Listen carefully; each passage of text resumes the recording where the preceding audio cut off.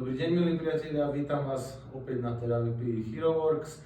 Dneska by sme si ukázali, ako u nás riešime vlastne problém s rozdielnymi dĺžkami končatín, čo ja považujem za dosť vážny problém, pretože pri pohyboch, pri chôdzi a tak ďalej sa dosť narúša tá statika tela, čo už vlastne je dôsledok toho, že prečo tie nohy sú vlastne rozdielne, pretože len asi v 2 prípadoch za celú svoju prax som mali prípad, že tá noha bola skutočne dlhšia, hej, ale to bol dôsledok nejakej vážnej operácie, zlomeniny stehnej kosti a tak ďalej.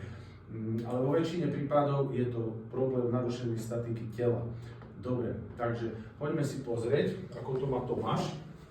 No, u Tomáša krásne vidno, že tá ľavá noha je dlhšia cca o 2 cm.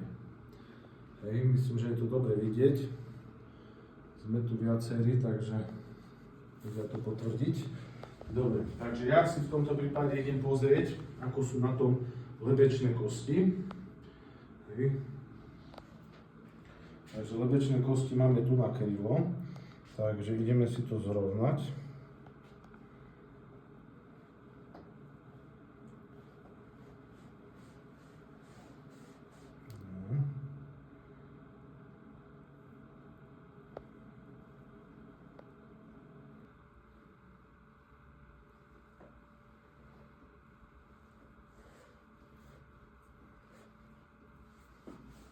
No a ideme sa pozrieť na nožky.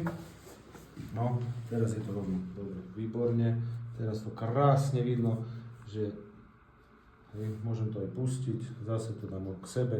Vidno, že je to krásne teraz zarovno. Takže takto riešime vlastne rozdielne dĺžky končatín u nás na terapii HeroWorks. No a takýto veľký vplyv vlastne majú lebečné kosti na celkovú statiku tela, hej. Takže nielen dĺžky končatín sa zrovnajú sa lopatky, zrovna sa panva, nie na 100%, samozrejme musí prebehnúť celá terapia následne, hej, detailné vyrovnávanie týchto kostí, ale je veľmi dôležité, aby sa vlastne opravili vlastne tie lebečné kosti. Takže ďakujem vám veľmi pekne za pozornosť, ďakujem Tomášovi, že bol ochotný pomôcť vám ďalším, ktorí potrebujete tú pomoc a neviete, na koho sa obrátiť. Tak, majte sa.